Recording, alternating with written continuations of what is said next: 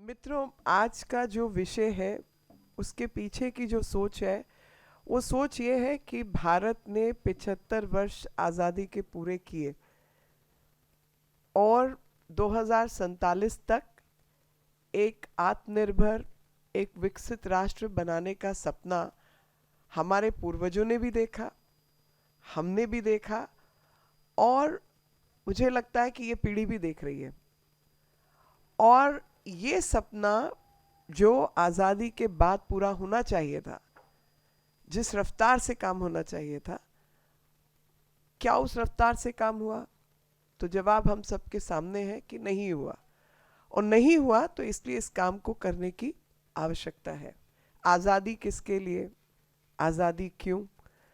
क्या भारत की धरोहर और संस्कृति को मिटाना आज़ादी का पर्पस था, या आज़ाद होने के बाद हमने भ्रष्टाचार करके कीमत चुकाई, या आज़ाद होने के बाद उन्हीं के उद्देश्यों को हम पूरा करते रहे जिनसे हमने आज़ादी पाई थी?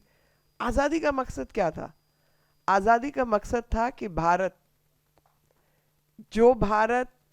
दुनिया की 32% अर्थव्यवस्था को, जीडीपी को कंट्रोल करता था, वो भारत जिसने विश्व की सबसे पहली यूनिवर्सिटीज बनाई थी तक्षशिला के रूप में, वो भारत जहां पर 10,000 से अधिक छात्र पढ़ने के लिए आते थे दुनिया भर के, वो भारत जो अपने ज्ञान और विज्ञान के लिए जाना चाहता था, वो भारत जहां पर धर्म का हिस्सा विज्ञान था, कोई ये क्लेम नहीं कर सकता।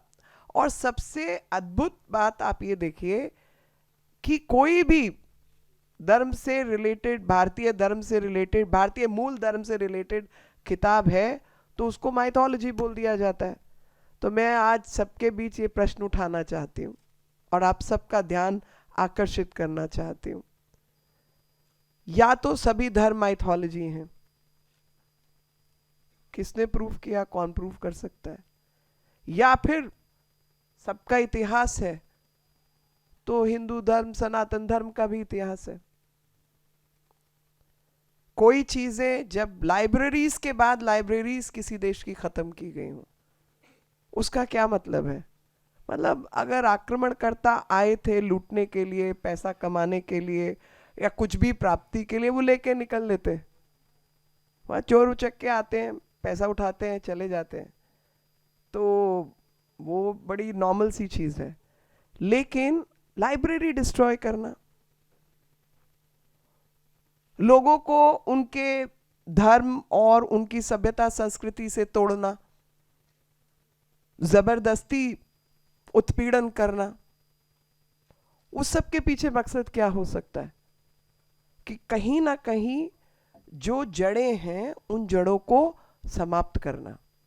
कि जड़ें ही खत्म कर दो तो बाकी जो सभ्यता की, संस्कृति की, धरोहर की जो शाखाएं हैं, जो कारण हैं, वो अपने आप समाप्त हो जाएंगे।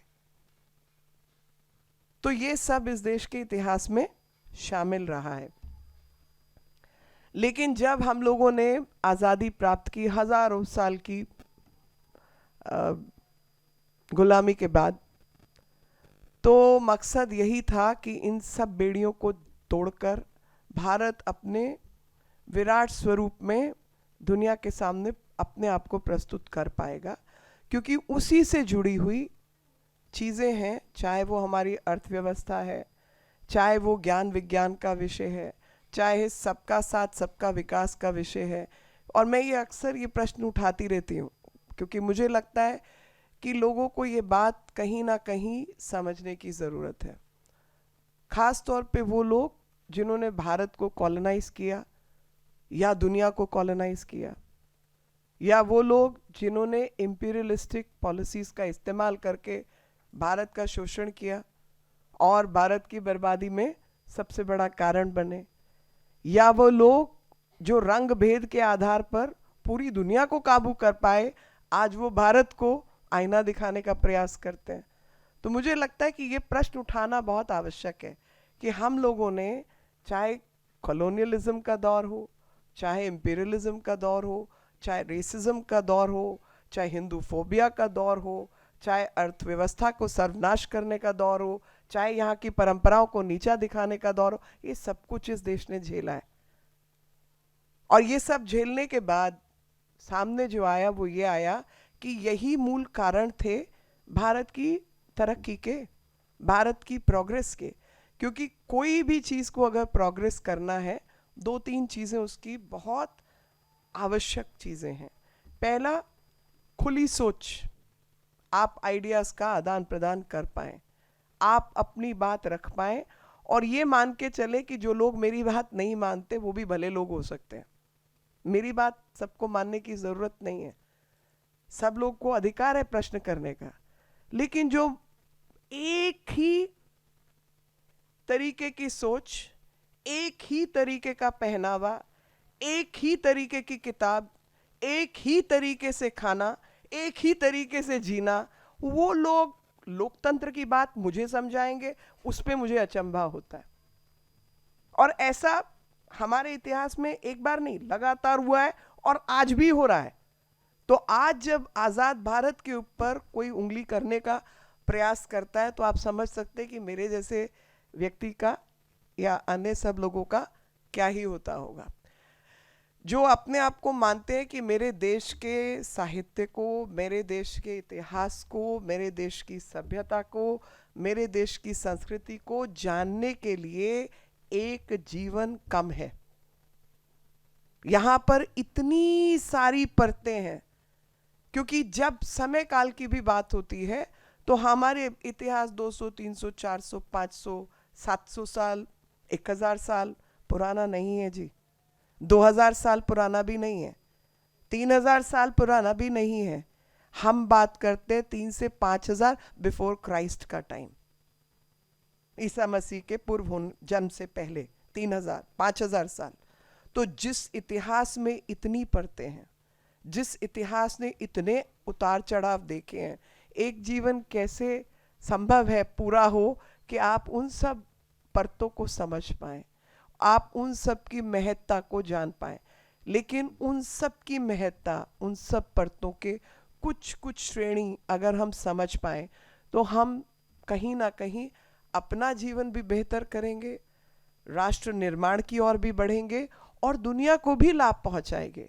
क्योंकि जब जब भारत शक्तिशाली बना है, जब जब भारत एक रूप में खड़ा हुआ है, जब जब भारत अपने पूरे रंग रूप में, शान शौकत में सामने आया है, तो उसने दुनिया को लाभ पहुंचाया है, उससे दुनिया को फायदा हुआ है।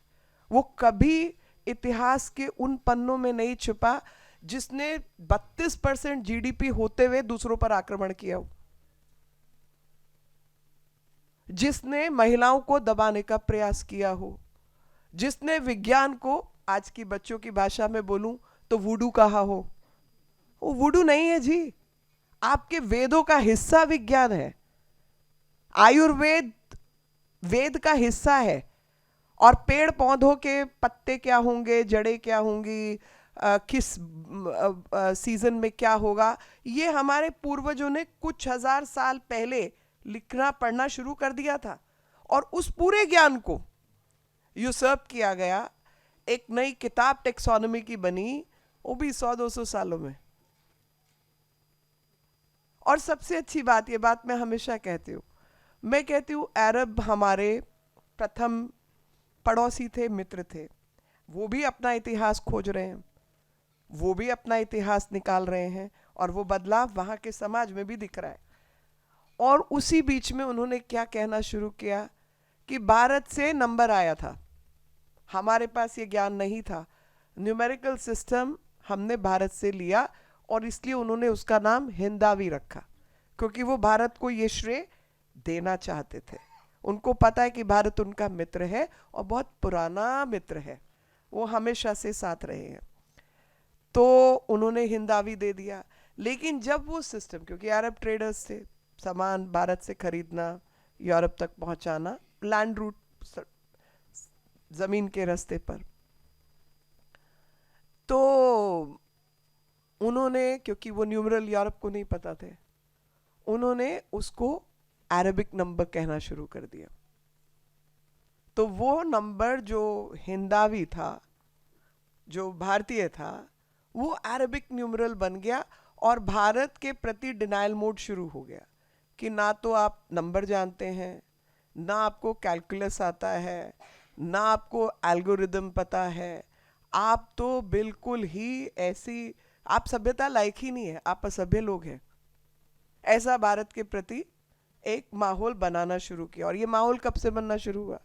ये माहौल बनना शुरू हुआ जब तक अंग्रेज भारत में ट्रेडर्स थे, व्यापारी थे, तब तक ये माहौल नहीं था, क्योंकि उनको इन चीज़ों से फर्क ही नहीं पड़ता था। उनको पैसा कमाना था, पैसा कमाओ निकलो, उनका यही मकसद था।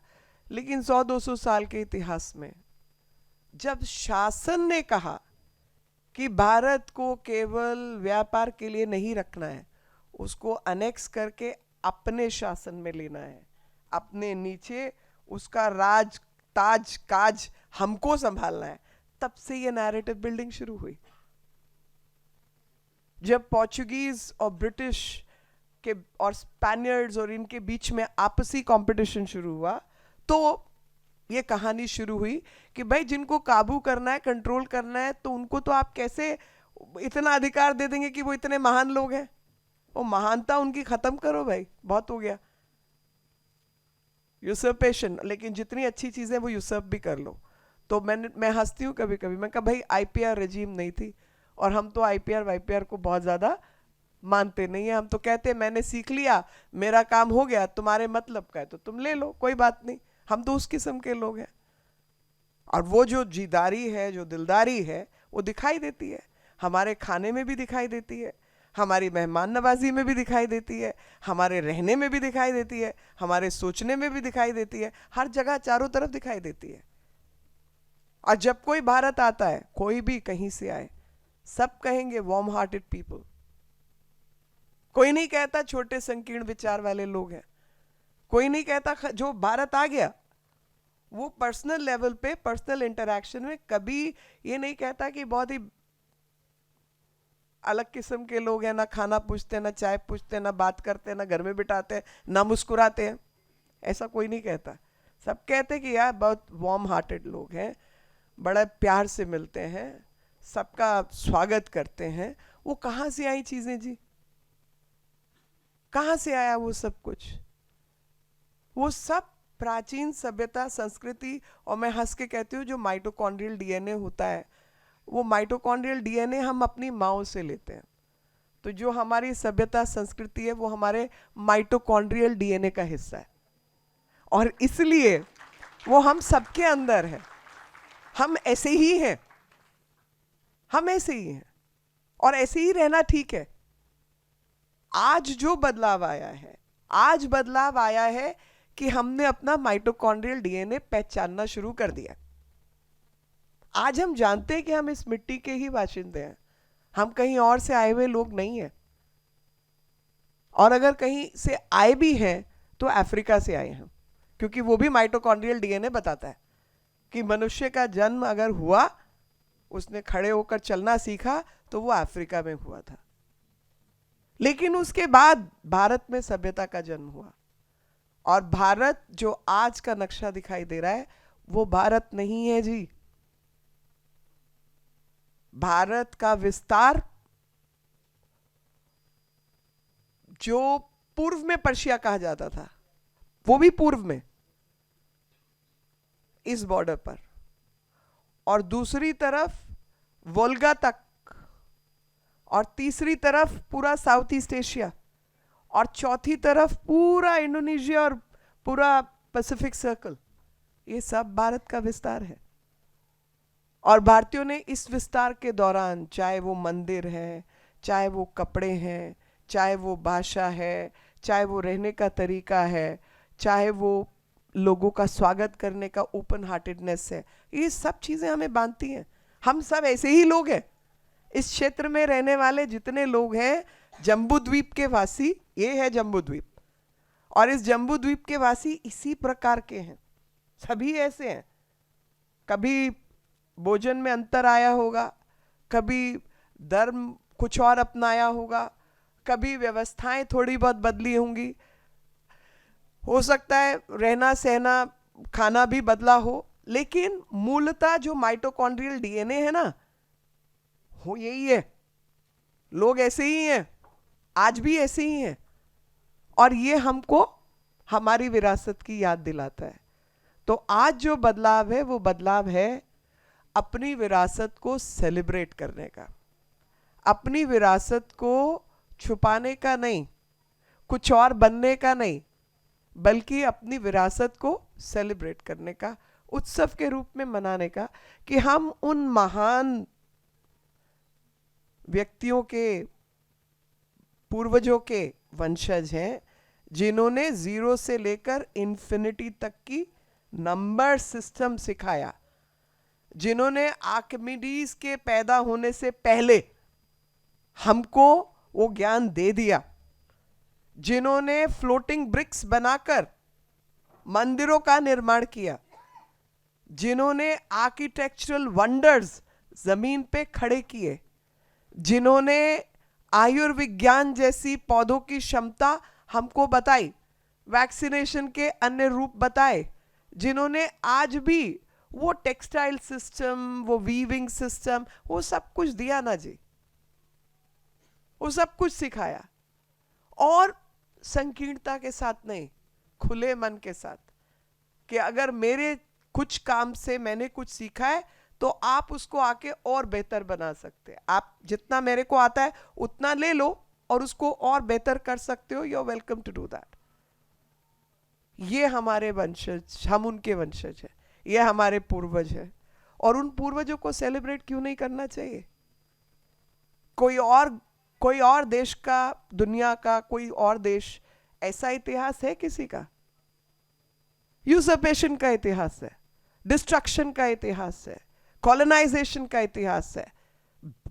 कल एक वैज्ञानिक जेम्स बीचम का एक परसों भाषण था, मैं वहाँ पर बैठी थी, तो वो ब्लैक होल्स के ऊपर बोलते हैं।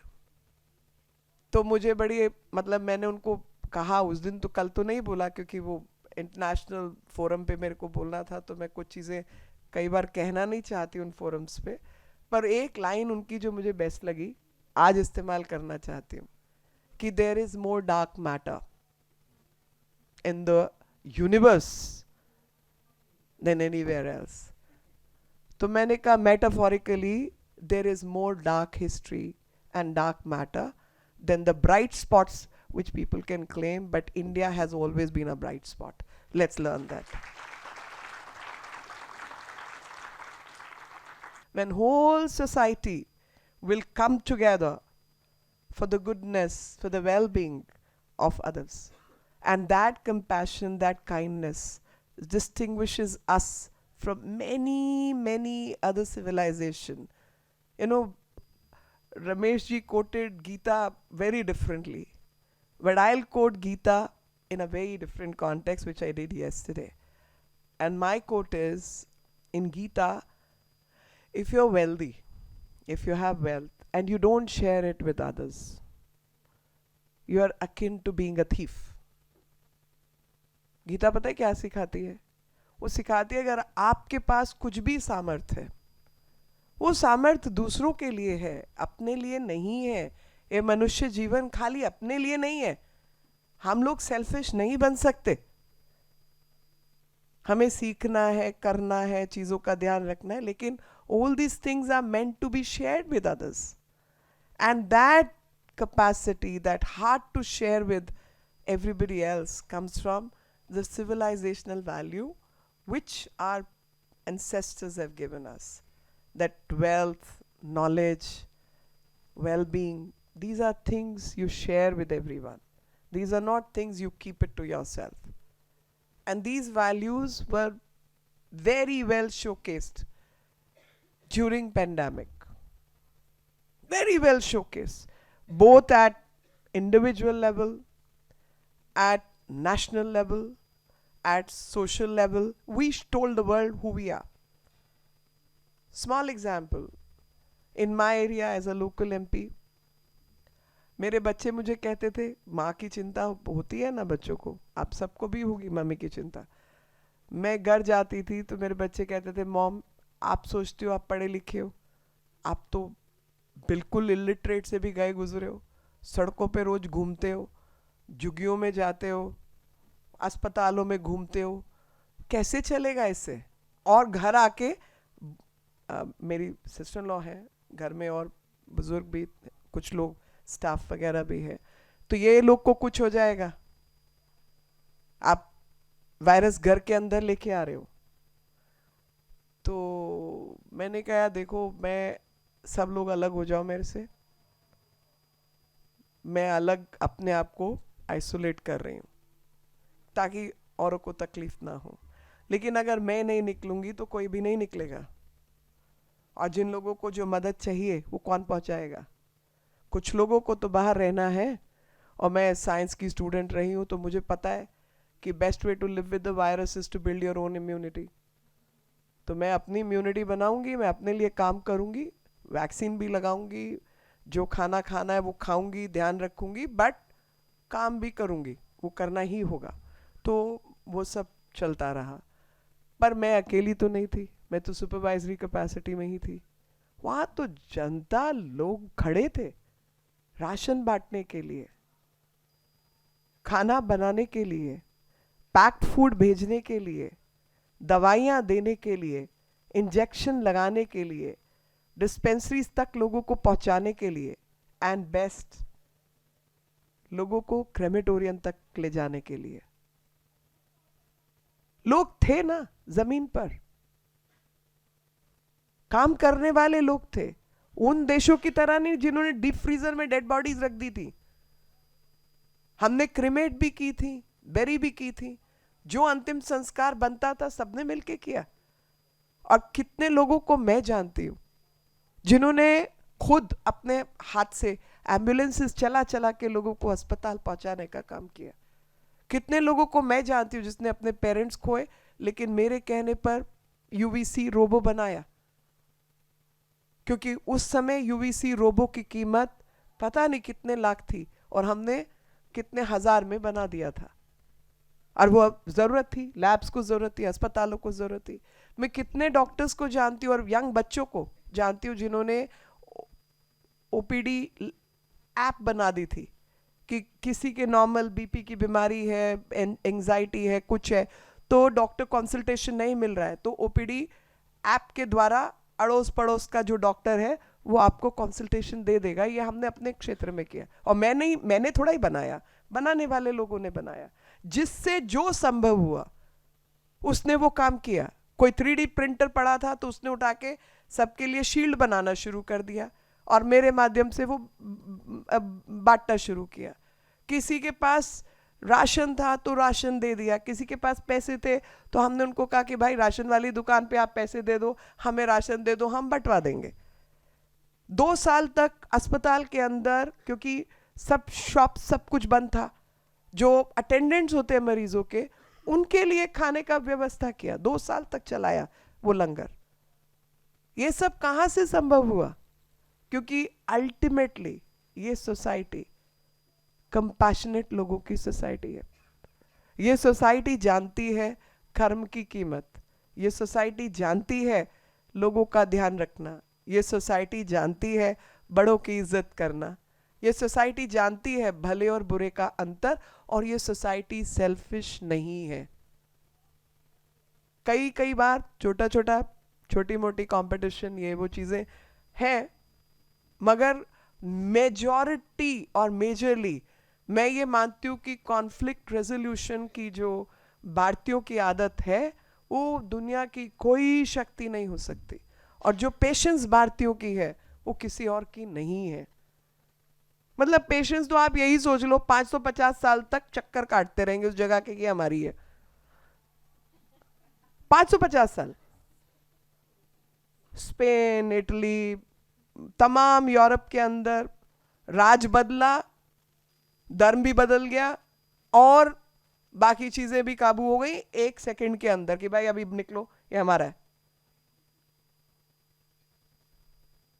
रोज की कहानी है यहाँ पर। यहाँ पर ऐसा नहीं है, यहाँ पर उल्टा है कि यार तुम भी मेरे भाई बहन ही हो, हम सब एक ही हैं, हम सब का माइटोकॉन्ड्रियल डीएनए सेम है। तक्षशिला भी हमारी थी, नालंदा भी हमारी थी, और वापस हमें तक्षशिला नालंदा की जो बेहतरी है उस मुकाम तक पहुंचना है और साथ पहुंचना है। ये सोच का अंतर है। हम सब साथ हैं और हम सब एक ही लोग हैं और हम सबको साथ चलकर ही लाभ मिलेगा। भाई मैं कभी हल्के हाथ से बोलती हूँ लेकिन बात थोड़ी सीरियस बोलती हूँ। अफगानिस्तान,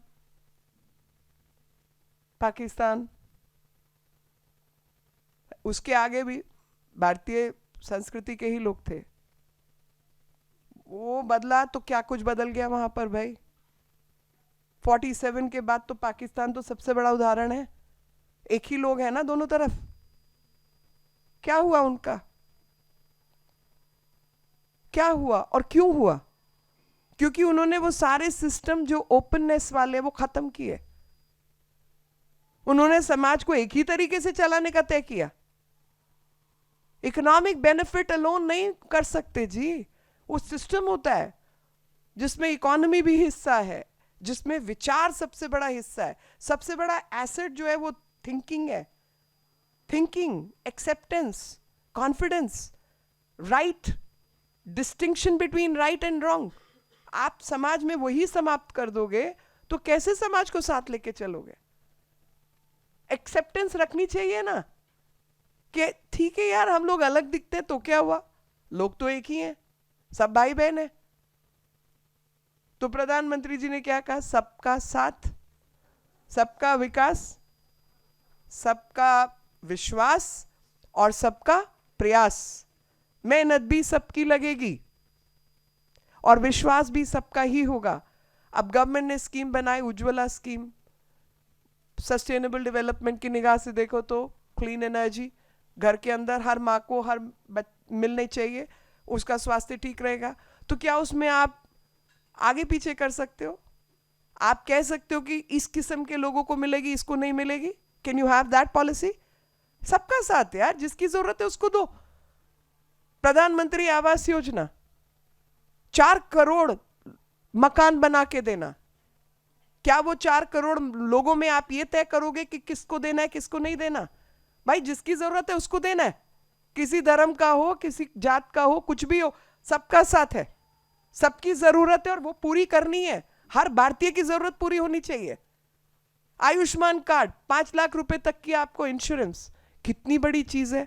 मुझे आई एम 100% श्योर यहां बैठे बच्चों में भी कुछ बच्चे ऐसे परिवारों से होंगे जहां पर 5 लाख रुपया अगर माता पिता की बीमारी पे निकालना पड़ जाए तो सोचना पड़ेगा, तकलीफ खड़ी हो जाएगी, मकान बिक्री की कगार पे पहुंच जाएगा, गाड़ी बिक जाएगी, दुकान बंद हो जाएगी। होगा ना ऐसा? लेकिन अगर आपको 5 लाख रुपए तक की इंश्योरेंस हर परिवार को साल की मिल जाती है, कितना बड़ा साथ है या नहीं? दिल्ली में लागू नहीं है, that's a separate matter, but देश भर में जहां लागू है, 55 करोड़ लोगों से ज्यादा को ओबामा केयर से ज्यादा बड़ा काम है ये। और 4 करोड़ मकान अगर देने की बात मैं करती हूं तो वो पूरी ऑस्ट्रेलिया की पॉपुलेशन से ज्यादा है। सड़कें 60,000 किलोमीटर अगर मैं बनाने की बात करती हूं तो जो उसका सर्कमफ्रेंस है वो अर्थ की सर्कमफ्रेंस के 1.5 टाइम है। एयरपोर्ट्स की बात करती हूं मैं, कल ग्रीस के प्रधानमंत्री गए हैं यहां से, तो उन्होंने चलते चलते पूछा कि भारत में कितने एयरपोर्ट हैं? तो मैं कहा 152। मेरी शक्ल देखने लगे। कुछ वहाँ एयरपोर्ट का काम है, पर मैं क्या कह रही हूँ, लोग हमारे एक्सपेंस का काम का अंदाजा लगाकर उनको हैरानी होती है कि 70 साल की आज़ादी के बाद 60 एयरपोर्ट, 65 एयरपोर्ट, और 10 साल के अंदर दुगने। तो विकास भी और विरासत भी, क्योंकि जब विरासत की जड़ें गहरी होंगी, जब हम सबको अपने पूर्वजों के काम पर गर्व होगा, जब हम साइंटिफिक थिंकिंग के साथ आगे बढ़ने का तय करेंगे, तभी विकास होगा, तभी देश आगे बढ़ेगा। हम साइंटिस्ट थे भाई, हमारे यहाँ लड़कियों लड़कों का अंतर नहीं था। 1928, 1932 में यूएस और यूके ने अपने यहाँ लड़कियों को इंडिविजुअल कंसिडर करना शुरू किया। स्विट्जरलैंड ने 1972 और 1990 तक, उनकी एक काउंटी तो 1992 या कितने तक महिलाओं को अधिकार नहीं दिया था वोट करने का। और हमें लगता है कि जो भी वहां पर है वो ठीक है। ऐसा नहीं है।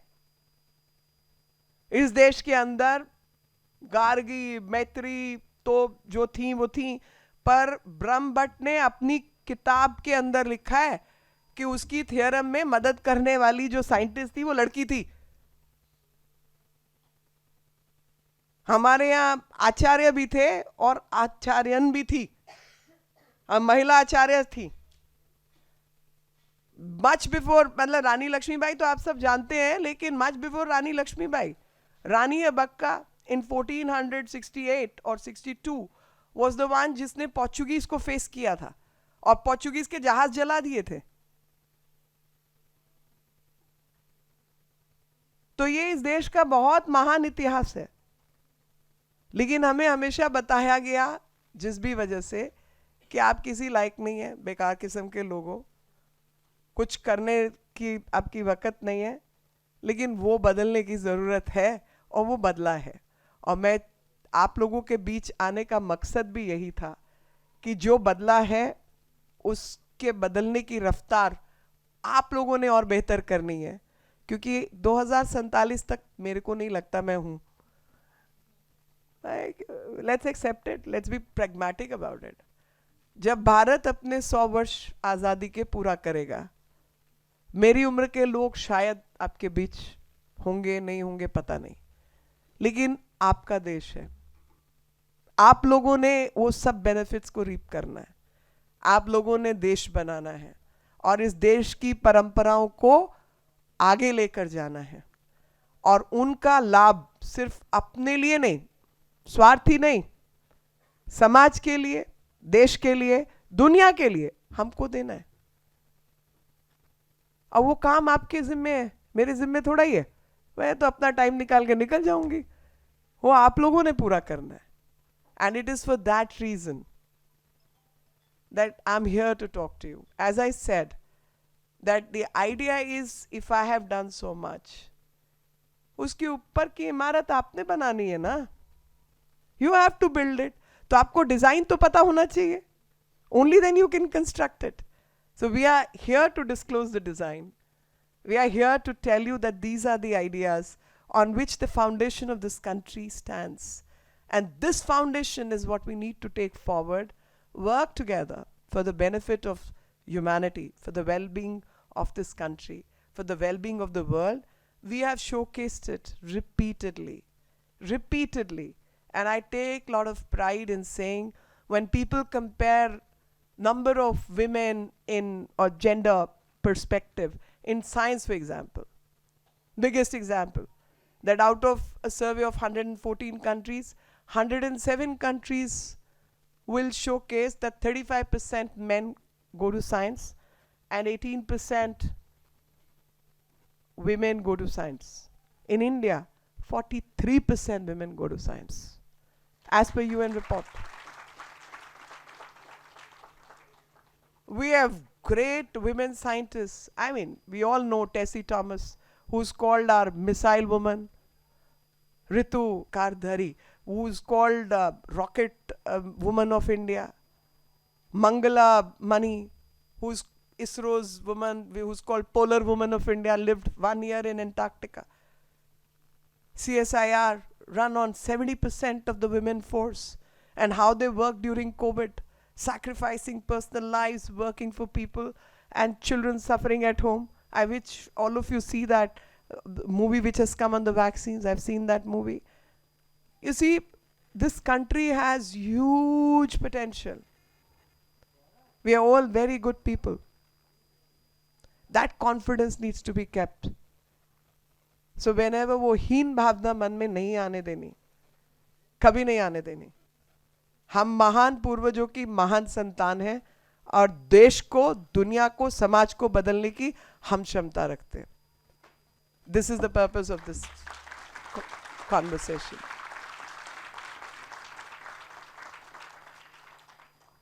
और ये भारत से ही निकलेगा, और आज दुनिया मानती है कि भारत से ही निकलेगा, भारत ही करेगा।